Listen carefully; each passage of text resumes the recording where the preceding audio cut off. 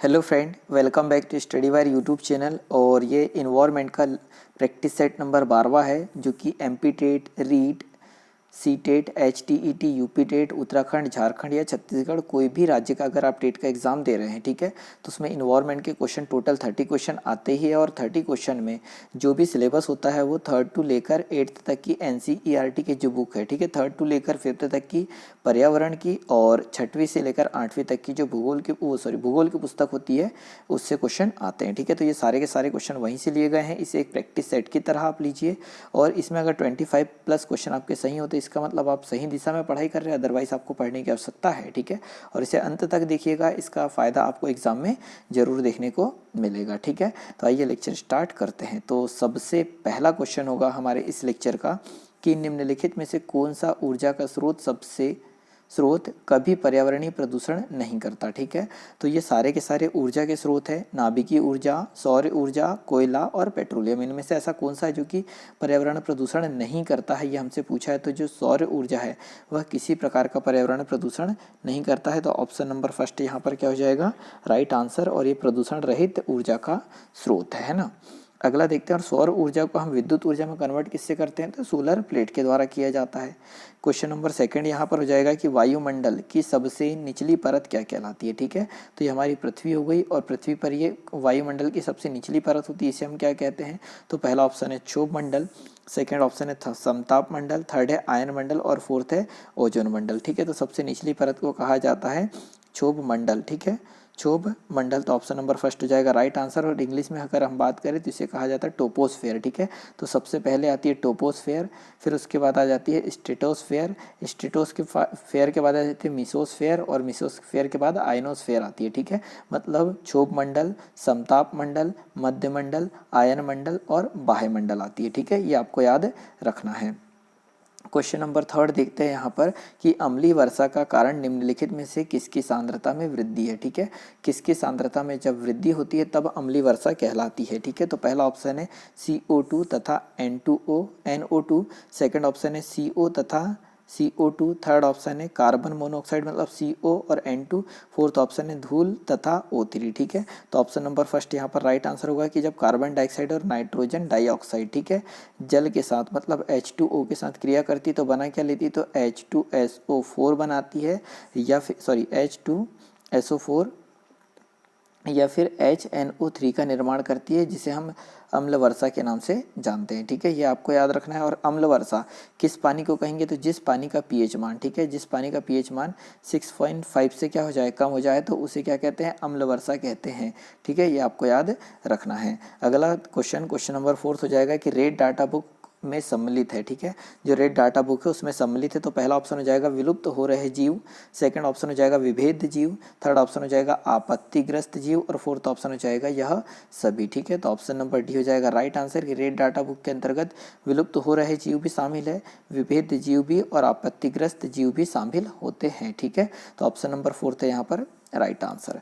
Question number 5वां है कि अत्यधिक चारण का परिणाम है, ठीक है। अत्यधिक चारण का परिणाम है मतलब ये भूमि है, ठीक है, भूमि है, और यहाँ से पूरा का पूरा चारा खत्म हो चुका है, तो उससे क्या परिणाम होंगे। तो पहला ऑप्शन होगा मृदा प्रदूषण होगा, सेकंड ऑप्शन है मृदा प्रदूषण, सेकंड ऑप्शन है मृदा अपरदन, थर्ड ऑप्शन है ताप प्रदूषण, और फोर्थ ऑप्शन हो जाएगा जलवायु परिवर्तन, ठीक है। तो ऑप्शन नंबर क्वेश्चन नंबर 5 का ऑप्शन नंबर सेकंड होगा राइट आंसर, मृदा अपरदन होगा।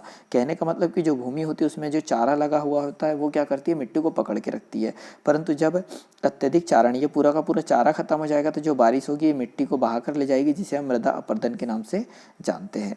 अगला क्वेश्चन देखते हैं, क्वेश्चन नंबर 6वां यहाँ पर हो जाएगा कि जब ध्रुवा, ठीक है, ये ध्रुव आएगा है ना, जब ध्रुवों से भूमध्य रेखा की ओर बढ़ते हैं तो जैव विविधता क्या होती है। तो ये हो जाएगी हमारी पृथ्वी, ठीक है, और ये हो जाएगा उत्तरी ध्रुव, और ये हो जाएगा दक्षिणी ध्रुव। तो ये बोल रहा है कि ध्रुव से जब हम विषुवत रेखा की ओर ध्रुव से जब हम भूमध्य रेखा की ओर चलते हैं तो क्या होता है, तो जैव विविधता में क्या होती है, बढ़ोतरी होती है, मतलब ऑप्शन नंबर फर्स्ट है यहाँ पर राइट आंसर। अगला क्वेश्चन हो जाएगा क्वेश्चन नंबर 7वां कि राष्ट्रीय पाठ्य चर्चा रूपरेखा 2000 के अनुसार, ठीक है, राष्ट्रीय पाठ्य चर्चा रूपरेखा 2000 के अनुसार पर्यावरण अध्ययन को किस कक्षा समूह में स्थान दिया गया है, ठीक है।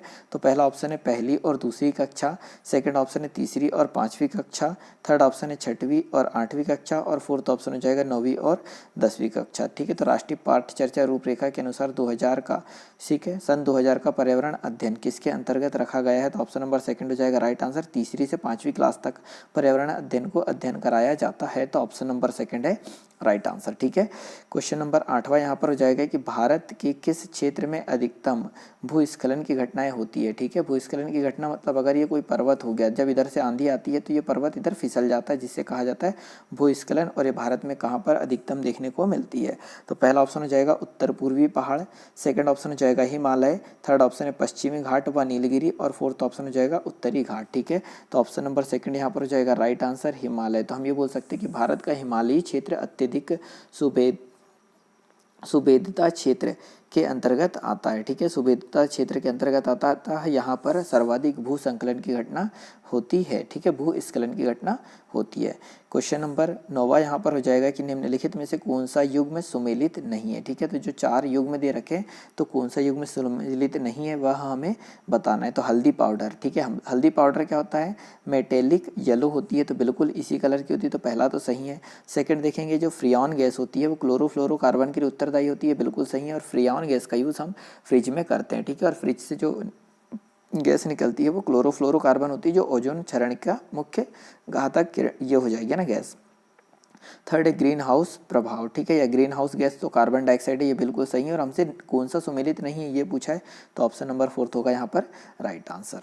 अगला क्वेश्चन देखते हैं, क्वेश्चन नंबर 10वां यहाँ पर हो जाएगा कि सजीवों की ऑक्सीश्वसन की क्रिया में खालिस्तान ऊर्जा अवमुक्त होती है। ठीक है, जो सजीव होते हैं उसका ऑक्सीश्वसन होता है, मतलब ऑक्सीजन लेना, इसे बोलते हैं ऑक्सीश्वसन, और जो ऑक्सीजन छोड़ने को बोलते हैं प्रश्वसन कहते हैं। ठीक है, तो सजीवों की ऑक्सीश्वसन प्रक्रिया में खालिस्तान ऊर्जा मुक्त होती है, तो पहला ऑप्शन यहाँ पर दे रखा है 573 किलो कैलोरी, सेकंड ऑप्शन है 673 किलो कैलोरी, थर्ड ऑप्शन है 28 किलो कैलोरी, और फोर्थ ऑप्शन हो जाएगा 776 किलो कैलोरी। ठीक है, तो ऑप्शन नंबर सेकंड है यहाँ पर राइट आंसर कि 673 किलो कैलोरी ऑक्सीजन ऊर्जा मुक्त होती है किसमें? सजीवों में ऑक्सीश्वसन की क्रिया में। अगला क्वेश्चन देखते हैं, क्वेश्चन नंबर 11वां कि बाढ़ से, ठीक है, बाढ़ से समोद्भिद पौधे मर जाते हैं क्योंकि, ठीक है, जो बाढ़ होती है उससे समोद्भिद पौधे मर जाते हैं, उसका कारण क्या है? तो पहला ऑप्शन हो जाएगा पौधों का कोशिका रस पतला हो जाता है इसलिए, सेकंड ऑप्शन है मूल में श्वसन रुक जाता है इसलिए, थर्ड ऑप्शन है पौधों का कोशिका रस सांद्र हो जाता है इसलिए, और फोर्थ ऑप्शन हो जाएगा पानी की अधिकता से पोषण तत्व पौधों से बाहर आ जाते हैं इसलिए। ठीक है, तो देखो क्या होता है, जब बाढ़ आती है तो मूल श्वसन रुक जाता है, मतलब हम जड़ों में क्या हो जाता है, श्वसन की क्रिया रुक जाती है क्योंकि वहाँ पानी भर जाता है, जिसके कारण समोद्भिद पौधे में क्या हो जाते हैं, मर जाते हैं। ठीक है, तो ये इसका स्पेशली कारण होगा, मूल में श्वसन रुक जाता है। क्वेश्चन नंबर 12वां होगा कि काजीरंगा राष्ट्रीय उद्यान प्रसिद्ध है। ठीक है, तो काजीरंगा राष्ट्रीय उद्यान किस लिए प्रसिद्ध है? तो पहला ऑप्शन हो जाएगा बाघों के लिए, सेकंड ऑप्शन है भालू के लिए, थर्ड ऑप्शन है एक सींग वाले गैंडे के लिए, और फोर्थ ऑप्शन हो जाएगा लंगूर के लिए। तो काजीरंगा राष्ट्रीय उद्यान किस लिए प्रसिद्ध है? तो एक सींग वाले गैंडे के लिए प्रसिद्ध है, तो ऑप्शन नंबर सी होगा राइट आंसर, मतलब थर्ड होगा राइट आंसर। और ये है कहाँ पर? तो असम में है, ये हमें याद रखना है। ठीक है, अगला क्वेश्चन देखते हैं, क्वेश्चन नंबर यहाँ पर 13वां हो जाएगा कि विश्व पर्यावरण दिवस कब मनाया जाता है? मोस्ट इजी क्वेश्चन बोल सकते हैं ना, तो ये 5 जून को मनाया जाता है, तो ऑप्शन नंबर थर्ड है यहाँ राइट आंसर। क्वेश्चन नंबर हो जाएगा 14वां, अच्छा क्वेश्चन है ये कि ह्यूमस निर्माण के लिए कौन सहायक है? ठीक है, जो ह्यूमस निर्माण के लिए कौन सहायक होता है? तो पहला ऑप्शन हो जाएगा उत्पादक, सेकंड ऑप्शन है अपघटक, थर्ड ऑप्शन हो जाएगा उपभोक्ता, और फोर्थ ऑप्शन हो जाएगा यह सभी। ठीक है, तो ऑप्शन नंबर सेकंड है यहाँ पर राइट आंसर, जो अपघटक होते हैं। ठीक है, अपघटक ह्यूमस निर्माण के लिए मुख्य भूमिका निभाते हैं।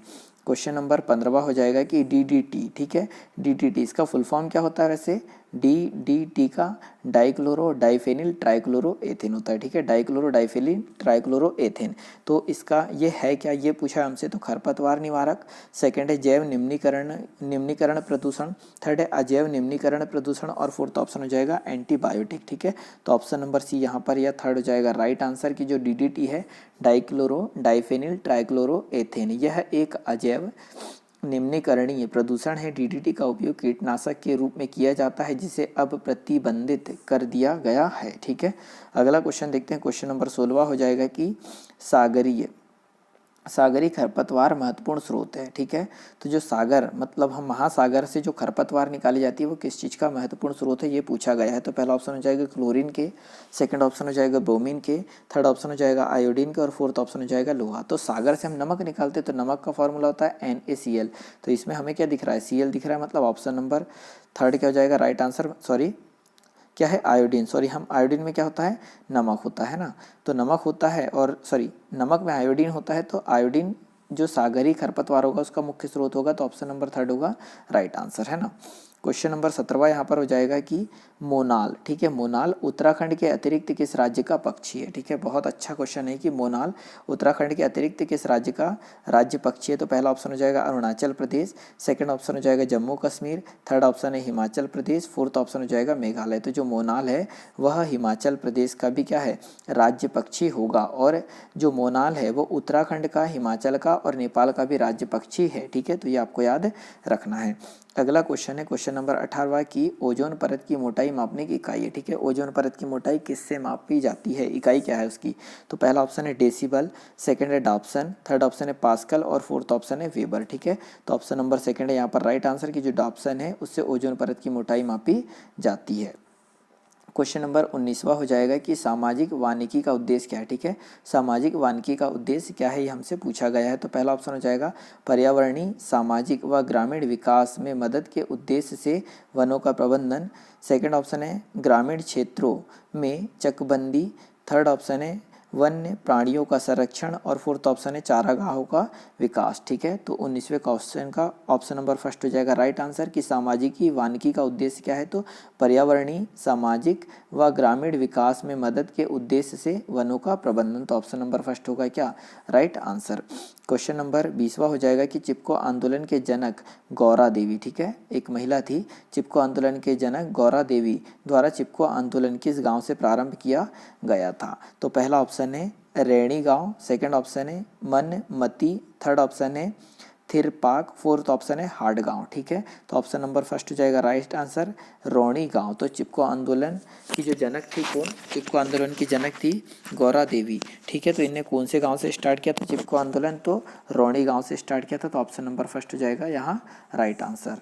अगला क्वेश्चन देखते हैं क्वेश्चन नंबर 21वां कि भूकंप की तरंगों को निरूपित किया जाता है। तो पहला ऑप्शन है सिस्मोग्राफ से, सेकंड ऑप्शन है इलेक्ट्रोकार्डियोग्राफ और थर्ड ऑप्शन है टर्मीग्राफ और फोर्थ टॉमीग्राफ और फोर्थ ऑप्शन हो जाएगा पॉलीग्राफ। ठीक है, तो 121वें का ऑप्शन नंबर फर्स्ट हो जाएगा राइट आंसर कि भूकंप की तरंगों को निरूपित किया जाता है तो किसके द्वारा, सिस्मोग्राफ के द्वारा। तो ऑप्शन नंबर फर्स्ट है राइट आंसर। क्वेश्चन नंबर 122वां हो जाएगा, सॉरी ये वैसे 22वां होगा, है ना, 121वां दे दिया, कोई बात नहीं। तो अगला क्वेश्चन है कि पर्यावरण संबंधित एक खालिस्तान संकल्पना है। ठीक है, तो पर्यावरण संबंधित एक खालिस्तान संकल्पना है। तो पहला आ जाएगा ऋणात्मक, सेकंड है धनात्मक, थर्ड हो जाएगा संज्ञानात्मक और फोर्थ है यह सभी। ठीक है, तो जो पर्यावरणीय प्रदूषण एक खालिस्तान क्या है, संकल्पना है। तो ऑप्शन नंबर सेकंड हो जाएगा राइट आंसर, धनात्मक संकल्पना होगी। अगला क्वेश्चन देखते हैं क्वेश्चन नंबर 123वां, है ना, वैसे 23वां है पर इसमें 123वां लिख दिया है टाइपिस्ट ने।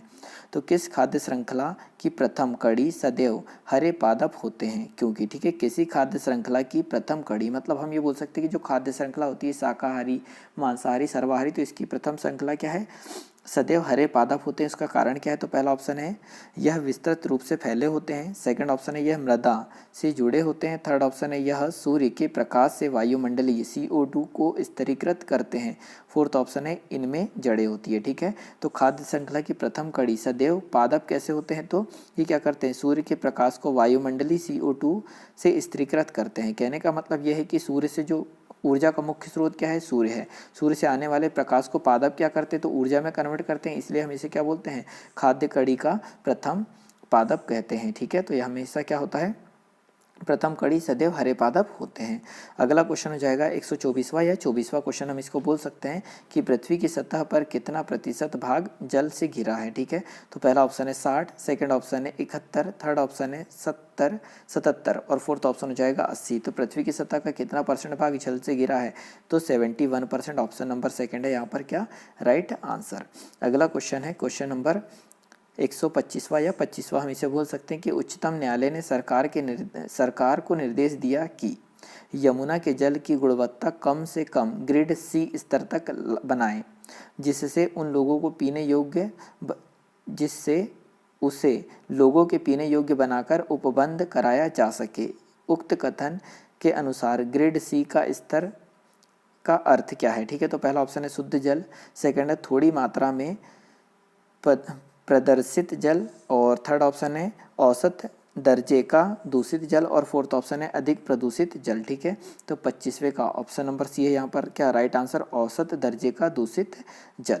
अगला क्वेश्चन देखते हैं, क्वेश्चन नंबर यहाँ पर हो जाएगा 126वां या 26वां क्वेश्चन हम इसे बोल सकते हैं कि निम्न में से कौन, ठीक है, निम्न में से रोग और उनके द्वारा प्रभावित अंगों की सुमेलित का सही विकल्प है। मतलब सिंपल सा है कि जोड़ी मिलाना है। ठीक है, तो मलेरिया, ठीक है, तो मलेरिया किसे प्रभावित करता है ये हमसे पूछा गया है, तो मलेरिया यकृत को प्रभावित करता है, मतलब ए का क्या हो जाएगा तीसरा।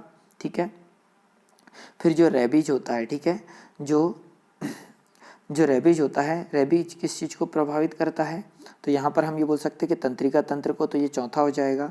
फिर एड्स की अगर हम बात करें तो जो एड्स है वो प्रतिरक्षित तंत्र को प्रभावित करता है, और फाइलेरिया लिम्फ को प्रभावित करता है। ठीक है, तो हम ये बोल सकते हैं कि पहले का क्या हो जाएगा, तो पहले का तीसरा, दूसरे का हो जाएगा, ठीक है, मतलब बी का हो जाएगा कौन सा चौथा, सी का हो जाएगा दूसरा, और फोर्थ का हो जाएगा कौन सा पहला। तो ये हमें याद रखना है। ठीक है, तो 126वें का ऑप्शन नंबर फर्स्ट ही राइट आंसर, तीसरा, चौथा, दूसरा और पहला। ठीक है, तो ये ऑप्शन नीचे दिए, चाहो तो आप मैच कर सकते हैं।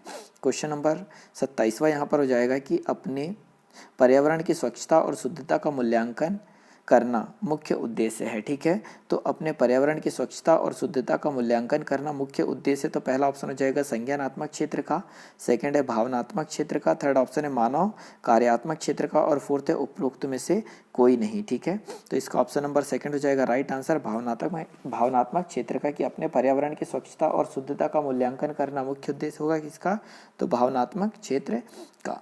अगला क्वेश्चन हो जाएगा क्वेश्चन नंबर 128वां या 28वां बोलेंगे इसे, कि जल संग्रहण के संबंध में वहाँ की क्षेत्रीय भाषा अनुसार कौन सा युग्म सुमेलित नहीं है। मतलब ये बोला कि जल संग्रहण के लिए हर क्षेत्र में अलग अलग भाषा या अलग अलग शब्द यूज़ किया जाता है, तो इनमें से कौन सा सुमेलित नहीं है। तो राजस्थान में जल संग्रहण को कहा जाता है खादिम, ये बिल्कुल सही है। बिहार में कहा जाता है आहार जल संग्रहण को, ये भी सही है। और तमिलनाडु में कहा जाता है एरिस, ये भी सही है। मतलब पहला, दूसरा और चौथा सही है। तो उसने पूछा कि कौन सा सुमेलित नहीं है, तो थर्ड होगा यहाँ पर राइट आंसर, ये सुमेलित नहीं है। क्वेश्चन नंबर 29वां हो जाएगा या 129वां कि स्मॉग धुआं बनता है, तो स्मॉग किससे बनता है, तो ऑप्शन नंबर पहला ही राइट आंसर, कि धुएं और कोहरे से मिलकर बनता है क्या, स्मॉग बनता है ना। क्वेश्चन नंबर 130वां जो कि लास्ट क्वेश्चन हो जाएगा यहाँ पर, कि निम्नलिखित को सुमेलित करना। तो बहुत सिंपल क्वेश्चन है, हम जानते हैं कि मछली को किस में रखते हैं, एक्वेरियम में रखते हैं, तो पहले का तीसरा हो जाएगा। ठीक है, ए का क्या हो जाएगा, तीसरा हो जाएगा। केचुए को रखा जाता है किस में, तो केचुए को पालते हैं किस में, तो टेरेरियम। ठीक है, टेरेरियम में, मतलब बी का क्या हो जाएगा, चौथा हो जाएगा। तितली को पाला जाता है किस में, तो वाइवेरियम। ठीक है, वाइवेरियम से पाला जाता है, तो सी का क्या हो जाएगा, तो दूसरा हो जाएगा वाइवेरियम।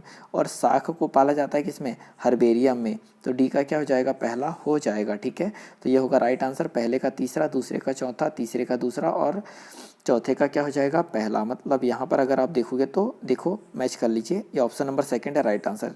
मछली का क्या जाएगा, एक्वेरियम, केचुए का आ जाएगा क्या, टेरेरियम, तितली का हो जाएगा वाइवेरियम, और शाक का हो जाएगा हर्बेरियम। ठीक है, तो ऑप्शन नंबर सेकंड है राइट आंसर। तो ये लेक्चर कंप्लीट हो चुका है, तो इस लेक्चर में इतना ही।